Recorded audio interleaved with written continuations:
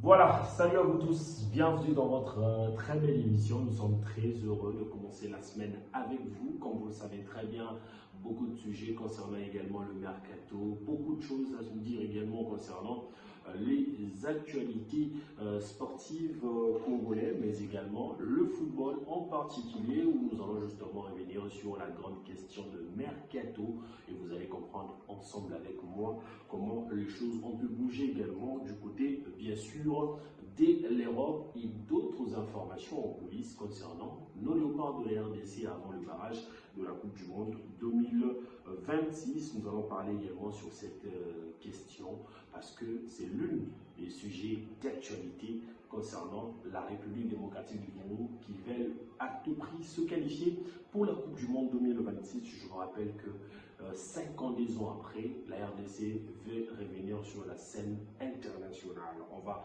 justement débuter cette très belle émission avec justement ce mercato qui a pu également bouger les choses et c'est lui bien sûr de Dimitri Berthaud qui signe justement du côté de la formation du FC Forge au Canada en première division. Je rappelle que ce club est donc premier dans son groupe avec plus de 50 points, si je ne me trompe pas, avec je crois 13 rencontres jouées au sein de cette championnat de la division 1 du Canada. Voici ce qu'il faut savoir également sur ce transfert de ces dignes fils du pays et qui de son côté fait également, appuie également fait le nécessaire comme vous le savez très bien. Je voulais justement annoncer cela, ce qu'il faudrait comme ça retenir de ce transfert de ces dignes fils du pays. Le nouveau projet de Dimitri Berthaud, le gardien congolais, vient renforcer le secteur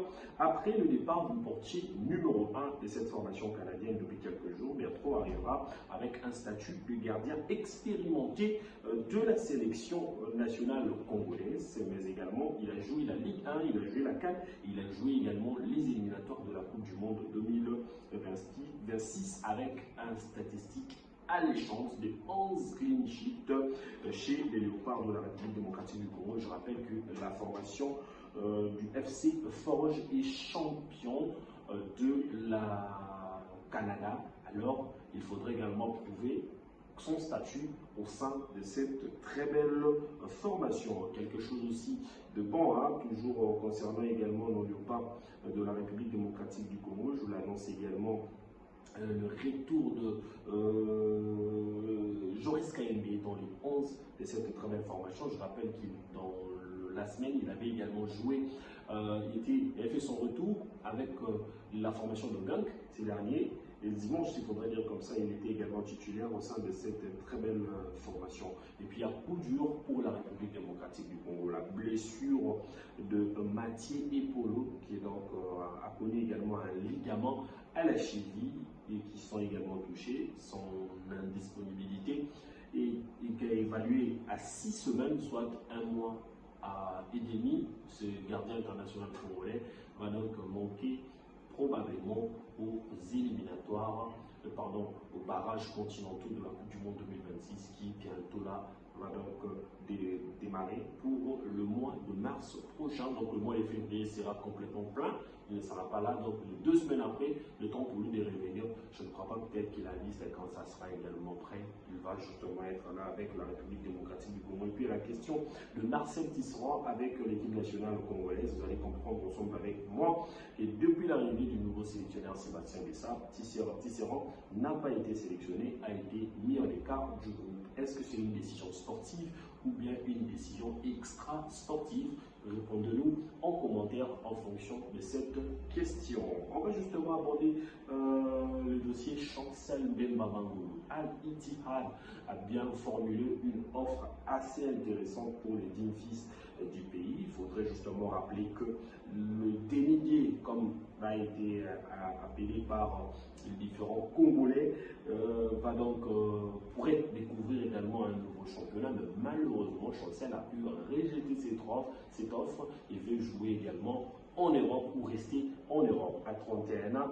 Est-ce qu'il faudra encore penser jouer dans les hauts niveaux ou bien il faudrait justement atterrir en douceur ou en beauté avec la formation, bien sûr, de Lille, qui jusqu'à-là n'est qu'en plus pour Chancel Mbemba, avec lequel son contrat prend fin au mois de juin prochain. Est-ce que Chancel Mbemba va toujours rester en Europe ou à Lille?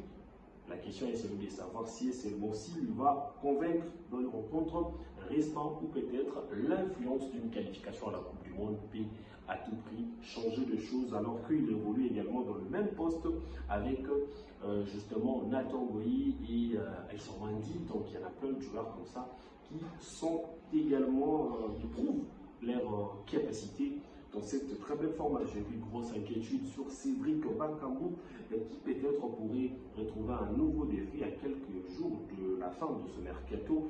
Le Real Betis met la pression pour se séparer de Bakambu afin de libérer sa masse salariale à quelques jours de la fin du mercato.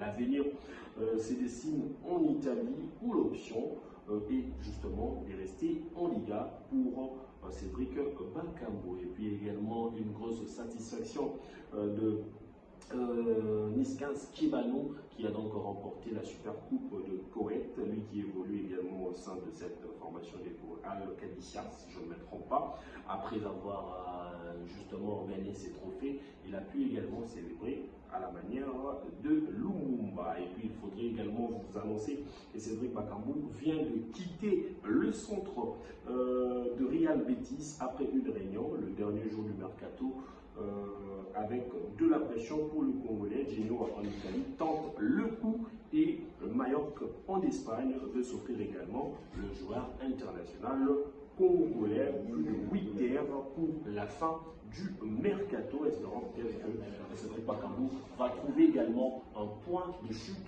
pour bien pouvoir terminer également ce mercato et puis se séparer avec cette très belle formation. Et puis la question est celle de savoir pourquoi Glody Deleko n'est-il pas sélectionné avec la République démocratique du Congo. Pourquoi Desabre ne fait-il pas appel aux joueurs congolais qui évoluent en Afrique, à l'occurrence Inonga Bakaparan et puis Fiston Kalala Mayele. Pourquoi ces fils du pays qui font de belles prouesses et prestations n'arrivent pas à être sélectionnés au sein de la tanière de la sélection nationale congolaise? Bientôt les vérités vont couler et puis nous allons justement en dire quelque chose, toujours en ce qui concerne également nos différentes émissions. Sinon, restez-nous fidèles, comme vous le savez très bien, abonnez-vous dans notre page Facebook, Le Grand Sportif Mag, et abonnez-vous sur notre compte YouTube, Le Grand Sportif Mag, et sinon vous n'aurez rien raté sur TikTok, sur Instagram